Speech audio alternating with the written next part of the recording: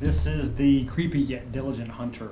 Today we got turkey season coming up, and I've decided to start making some videos on a number of things that I do, really to enhance my learning experience of being a hunter, along with a bunch of other DIY stuff that I do. So I'm going to be building a turkey box. Of course, this is one that I built a couple years ago based off an old, I believe it was the Lynch Champion turkey box from like 1957. I got a couple of changes that I want to do to it, but as you can tell, it works pretty good. So what I want to do is I'm actually going to build it out of this big old chunk of white oak that came from a shipping yard, and so let me show you some of the things that we need to have in order to get it built. So this one, you can see it's about, I think it's about 7, almost 8 inches long, about 2.5 tall, at least to the apex of this curve. And the paddle is right about 10 inches. It is cut at a 5-degree angle here, and I've got dados that I've cut in the bottom of this piece here, and a couple of ridges so that I can grab a hold of it when I'm out in the field. It's also got some angles on these stabilizer blocks that are on either side, and what that does is it gives me a little bit different tone here than it is on this side. So if I want to make a little bit different noise over on one side, we can take a little listen. I make one noise there, and this one should be higher. So we can see that this one has a spring and a wood screw in it, and this screw doesn't have any threading up top. You can take a look at this brass screw. There's no threading up top, so it doesn't catch on that spring, and that allows this thing to be able to pivot around, and so when I move it back and forth, it's not going to bind. It's going to allow it to kind of flex around a little bit. It's also drilled out a little bit bigger for this screw, and we'll go over those things as we build it. So the first thing we need to do is build, or at least cut, some blanks out of this big block of wood that I've got that's going to give us some pieces for the side, the bottom, and also the center and the paddle. So let's go over that. Okay, so the blank for the top needs to be 10 inches long and 2.5 inches wide. It is also 3/8 thick. So if we were to look at this, thickest part in here is actually about 3/8 inch. So if I get about right there, you can see it's about 3/8. This side, now they are cut at 5-degree angles, but the longest portion is about 8 inches, and the tallest portion is about 2.5. We'll bring it down. So we'll go 8 inches by 2.5, and this side piece is actually 1/4 inch thick. The bottom, so we got 2 of those, and the bottom is right at 7 3/8, and right under 2, 1 7/8. And it is also 3/8 of an inch thick. So we've got 2 1/4 inch thick pieces. We've got 3/8 inch piece, 3/8 inch piece, and these blocks here, if I open them up, they are, as far as how wide they are at the top, we'll start about right here. They are 1 5/8 wide at the top, and a little over 1.5 deep. And I'm going to do something a little bit different in this one, is one that I did for another one that I built recently, and I actually like a little bit better. So the difference here is I'm actually going to curve this piece in here and in here, and it's going to give us a little more amplification on this when we actually use it. So let me start cutting these pieces out and show you the blanks.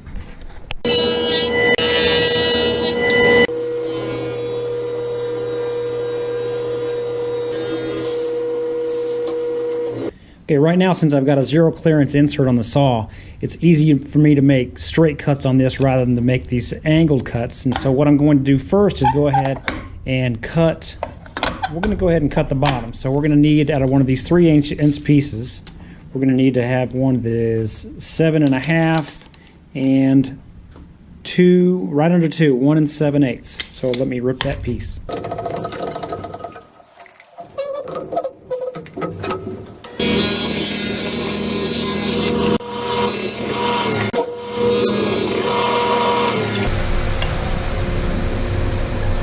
Now we've cut the bottom and we've cut the top, and we need to cut these sides, and these sides have a 5-degree angle that splay out from the bottom towards the top on both the front and the back of the box. So we're going to cut those with the miter gauge. I've set the miter gauge to 5 degrees so that way I can cut that angle along this edge of the box. And what I like to do is I want to put both of them together, because with these I want them to match up pretty tightly.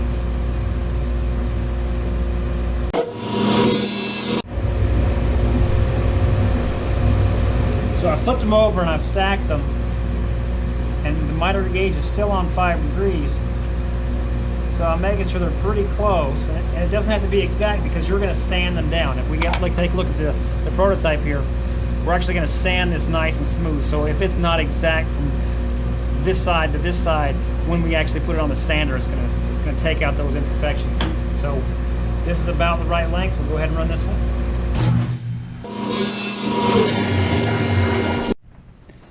So we've got the basic for our box now, which is the bottom, the sides, and they're splayed out at 5-degree angles on the end. And we also have what's going to eventually be the top paddle for this box. So now what we need to do is cut the most difficult part, which is going to be these end blocks. And like I said in the beginning, I'm going to be doing something a little bit different than what's in this one. So these end blocks need to be placed in here, and they need to be the right width and the right height to be able to fit and hold this box together. So we have a couple of things in here that make this kind of a compound cut. Number one, it also splays out at 5 degrees, and it splays out 5 degrees at this angle too. So we've got one that's coming out this direction, and we've got one that's coming out this direction. So the way I'm going to achieve that, I'm going to cut one block, just a square block first. And so the biggest dimension, the longest dimension, is really, it looks to be about 1 7/8.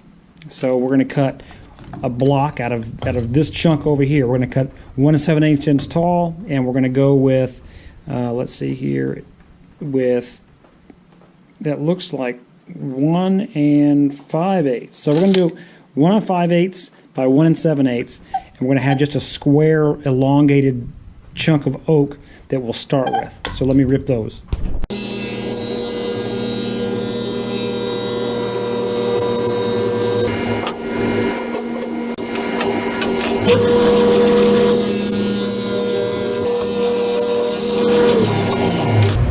Now I've just got this long chunk that matches that same size, at least in the longest width and the longest height.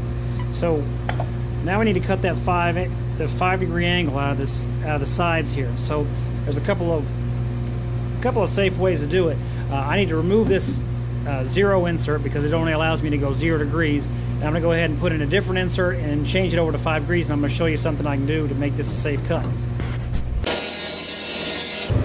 So because my saw only tilts 5 degrees in that direction, or it only tilts in that direction, in order for me to cut this safely and a little more accurately, I need my fence to be able to support that 5-degree angle, because if I sit it up against here, you see that it rocks over.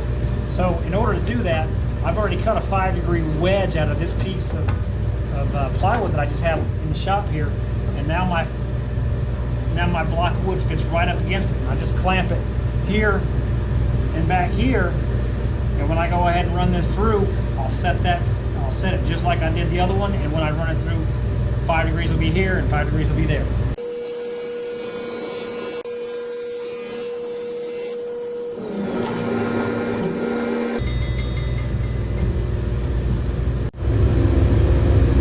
With my saw still set at 5 degrees, I could either run it with the miter saw, or I can use that same fence that I was using along the rail to support this 5-degree back.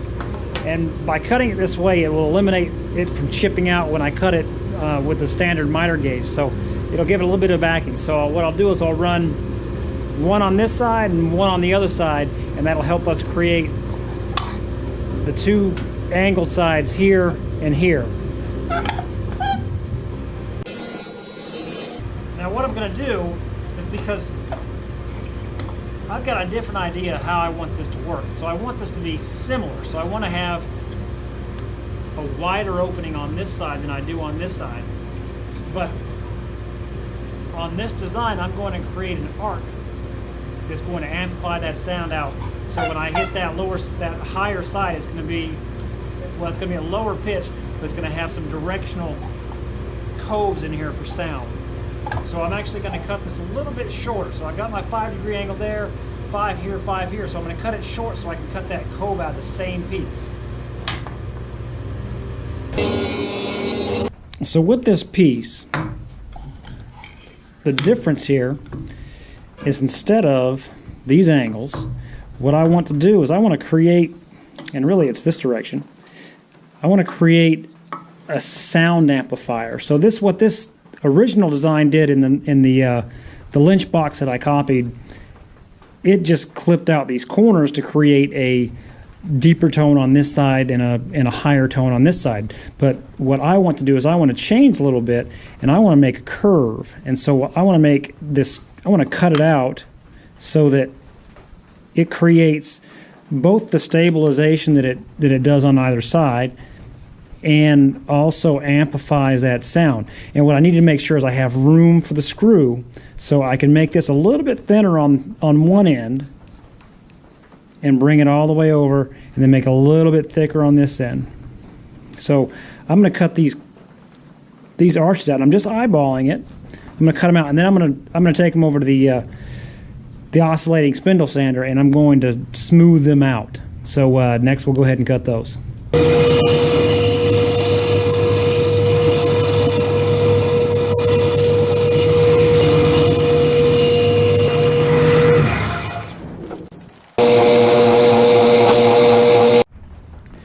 So now we've got our building blocks to make the turkey box. So the difference was, and of course this is the bottom. The difference is that instead of doing these angled pieces, I curved them.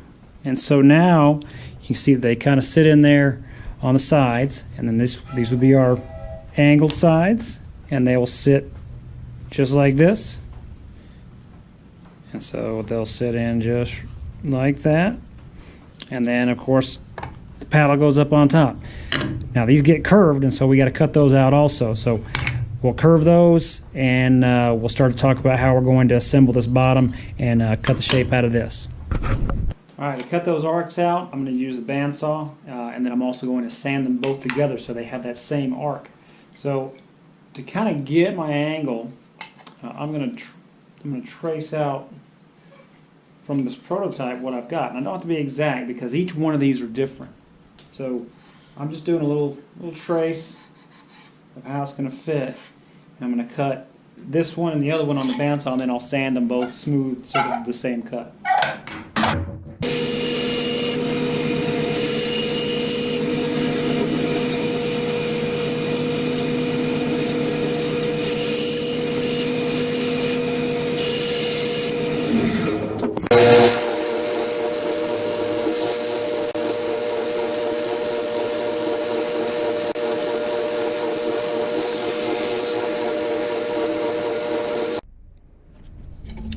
So now I've got one arc worked out the way I want it, and I've got an O marked for outside. And the reason why I do that on both of them, so I've got an O on this one, because I need the arcs to both be the same. And by doing this, I can keep that one on the outside and this one on the outside, and I can, when I stick them together, I've marked this one so I can sand this one down to a close line, and then I'll sand them both together so that way the arc is very close. So I've still got the table saw set up on 5 degrees, and what I need to do is I need to cut a groove that's going to sit down inside the bottom. And you can see that this block sits down in here, and to where it's pretty tight, but how thin this is and how I'm kind of create a little bit of an edge. You can see this is a little bit thinner. So on either side, I'm going to create a little dado that's going to sit inside this bottom plate that's going to hold this thing in place, and that's going to give it a lot more rigidity throughout the years of use. So it's not going to work its way out. It's going to stay pretty stable.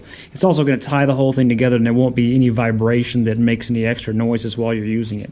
So now I've got to lower the saw blade and do a couple of things so that this is a safe cut, and also it actually takes a number of runs in order to get this cut just right. So let me set it up. So I've transferred these lines from the side over to the end of this bottom piece, and I've set my saw fence just that same distance from this side over to this side, because I'm actually cutting inward this angle. So I'm going to be cutting it inward, and this is my most shallow cut. So this is going to be a shallow cut first, and I'll cut one saw blade width, and then I'll make the next one a little bit deeper and a little bit wider. And it'll be a matter of just inching it through and then test fitting it each time.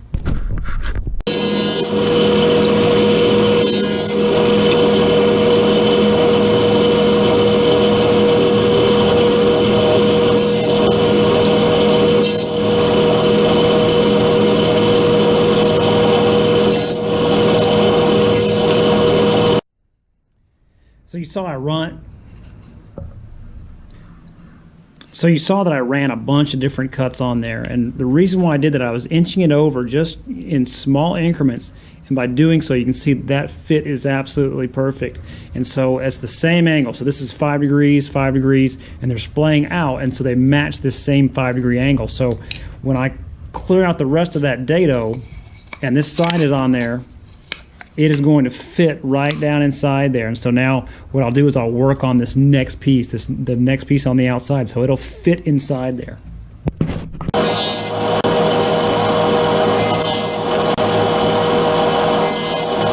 So I put this sacrificial fence on because I'm getting so close to my fence with the blade to be able to make that space for this side piece to fit in that I don't want to damage my fence. So I've got this sacrificial fence. You can see that I've got a little cutout here for the blade, so I can get it really close to it. I don't need to worry about damaging my fence.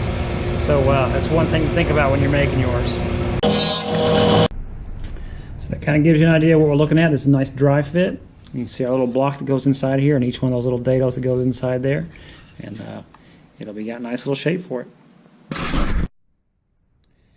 So what makes this turkey box make noise is the surface area that it's rubbing against. So when you've got your paddle, which is this piece here, and it's rubbing against this, I mean, it kind of makes a little bit of noise, but the more surface area that it's rubbing against, the better. And of course this is going to be curved, but if this is just a flat single piece, you'll have less surface area. So what I like to do with this is I like to use like a microplane and just do it by hand. So I'm going to smooth this over and just round the edges a little bit so I can give this smoother surface on the insides. Remember, this has got the O on it, so this is for the outside. So on both of them, I'm going to smooth over just this inside.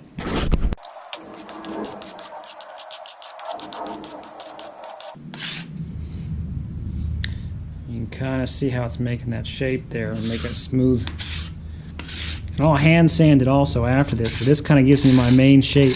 And if I was to stick this on a sander, I'd take off too much at once. So I like to do this by hand. And I'll just round a little bit of this other edge over. Not much. This doesn't do much on this side other than prevent you from cutting yourself on a sharp edge. So you just make it nice and smooth. You can kind of see that it's got an arc in there. Let me get a little bit closer. You can see that arc that's on there. So let me do the other side.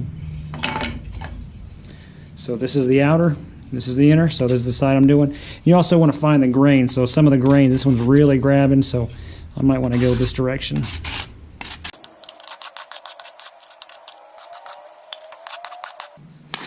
just do it by feel. And you can fine tune this after you get the box built. And the chalk that you use, chalk really does wonders. And I always kind of want to have one piece of chalk that's on there. So, or in the box, or on your, or in a bag that you've got out with you in the field, you can chalk it up, and it'll really make a lot of noise.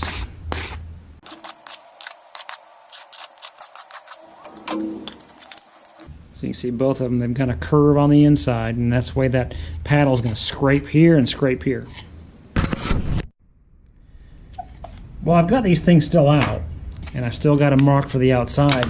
I'm going to take the time to cut some grooves in the side, and that just gives you a little extra grab while you're out there. Your hands could be, you could have gloves on, you could have, your hand could be just a little slippery or something, and you want to hold on to this thing while you're out there. And so this just gives me a little more places to grab it. Also, by grabbing it up high or down low will also change the tone a little bit. So if you grab up here and you make some noise, it's going to be a little bit higher than it would be here.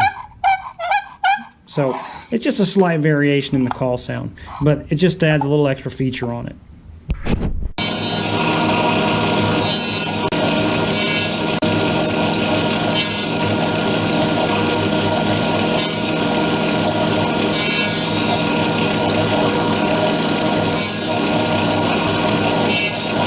So now we've got all the pieces of our box.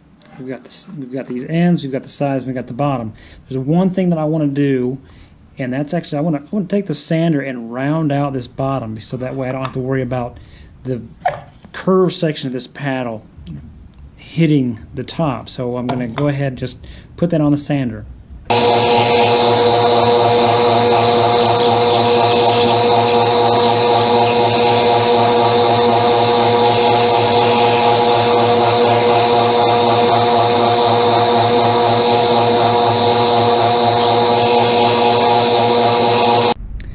So I've got a few clamps on here, one in the middle, one on each side. They're held together fairly tightly by this large top clamp. I could place another one up on top just to squeeze it together, but it seems to be holding together pretty good. So while this is drying, I'm going to go ahead and work on the top. Now that the box is out of the clamps, you can see I've got this shape that amplifies the sound. We need to go ahead and make the paddle for it before we start sanding it up. What I do, you can kind of see I've got some of the outline on there, is I'll take the box and I'll lay it down upside down on top of it. I grab a pencil and I'll outline it a little bit. And then once I do that, I'll kind of mark where these corners are down here. And it's really a matter of preference, but I'll take, I made my one some time ago, and of course you can hear it making noise just while it's kind of sitting around here. And I like to use this little paddle shape that I made on this one some time ago. And then I'll go ahead and cut it on the bandsaw.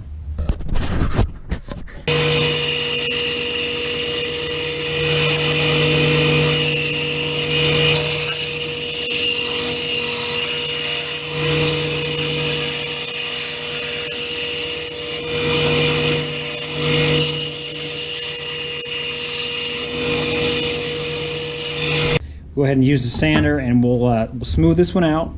We'll start smoothing out the ends on this one, and then we'll create this shape that kind of matches what's over here on the box. So we've got this kind of this cove that's cut out here, and we'll make something that's very similar, and we're going to end up sanding this out. We could, we could cut the corners with the table saw, but we'll go ahead and sand it out just so it makes it a little bit smoother, a little bit faster since I'm already set up here.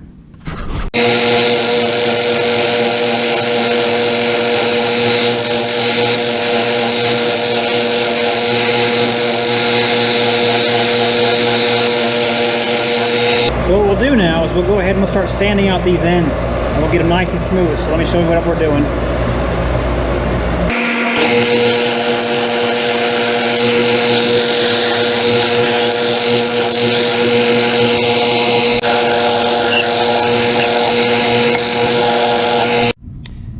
You can see how well this is cleaned up now that I've sanded it out. So it's a nice clean cut. It's starting to look like a good, nice, solid box. So what I want to do now is I want to take this paddle part and look at how this curve in here goes. And we know that our rub locations on the inside of this arc, so we've got them arced out. On the inside of this arc are a little flatter, so we got a little more surface area.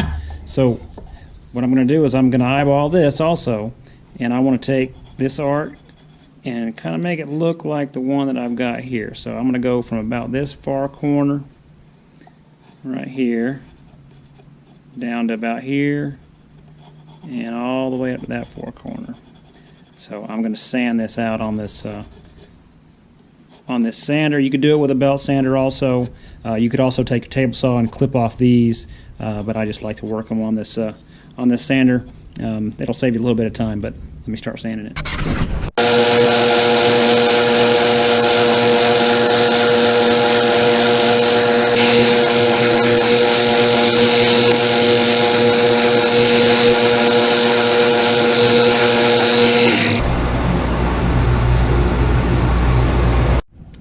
So I've marked out the location where this screw is going to go through, and so I'm going to drill out a little bit larger than the screw that I've got. So when you get a screw, drill larger than the threading, so that way it doesn't catch on and it's going to be able to move around. I've also marked about where it's going to be here. I've got the distance in, but really what I want to do is I want to get, once I drill this hole in, I'm going to take my my drill bit, and I'm going to punch it down here once I get it kind of where I feel like it's going to sit right, and I'll show you this. But the reason why I do that, just because it's more of a custom fit rather than just measuring back here and putting a hole in. Another thing to note, just while I'm thinking about it, when I sanded this panel out, so the paddle it's arched here. It's kind of got that cove on it, so that way it slides in and out of the box. I leave this part thick down here, and you can do this on a belt sander. You could do it with a hand planer, but I make that a little bit thicker so it just gives me a little more something to grab onto rather than these sharp edges. So just one thing to make note of.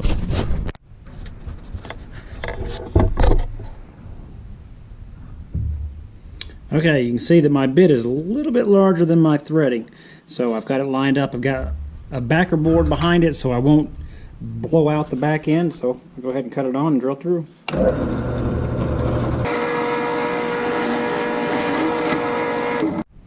So this is what we were going for. You can see that hole, it just slides up and down on that shaft where there's no threading on this screw. So you can see that it's popping up and down. So when we go back and forth, it's not going to catch on anything. It's going to allow it to move and kind of rock around a little bit. Alright, so what we just done, and thread. It's not really threading through, it's just a nice snug fit. What we've done is we've got this recessed in here, so now this screw is recessed in the top. So you take a look right there. So this will be recessed in there and it'll be nice and smooth.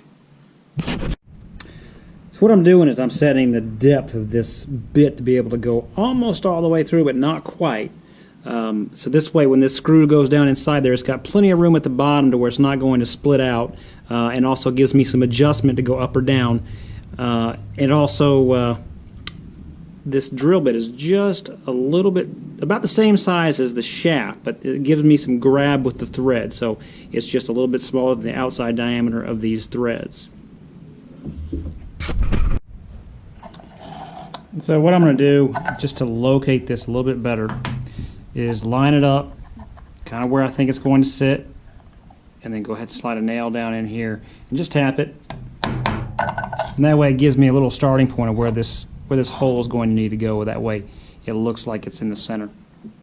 Okay, now I've got the little spring that I was talking about earlier, and it's going to sit in here, and what I want to do is I want to make a little bit of a recess so it kind of stays in that location, just in the bottom. And you can see these are a little bit taller, so they will push up the top, and when I put that screw down on top of there, it'll compress it and it'll give me a little bit of spring in this thing.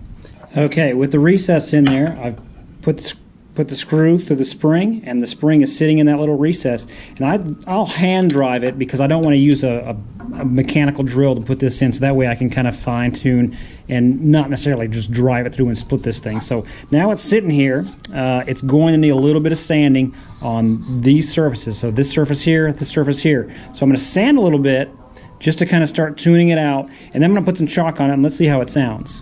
Okay, once you sand it out, you want to sand it smooth on the inside of these sides where they're going to be rubbing against your paddle. And you want to go ahead and put some chalk on it. Some people choose to get chalk the same color of the wood, and you can finish this whichever way you want, but you don't want to finish the insides here or the bottom of this paddle. You want that wood grain to really grab against it, but what I've got, I'm just got some white chalk in here so you can kind of see it, make it stand out. So I got white chalk on here. So once it's on there, see how it sounds. Okay, let's give it a little cluck here.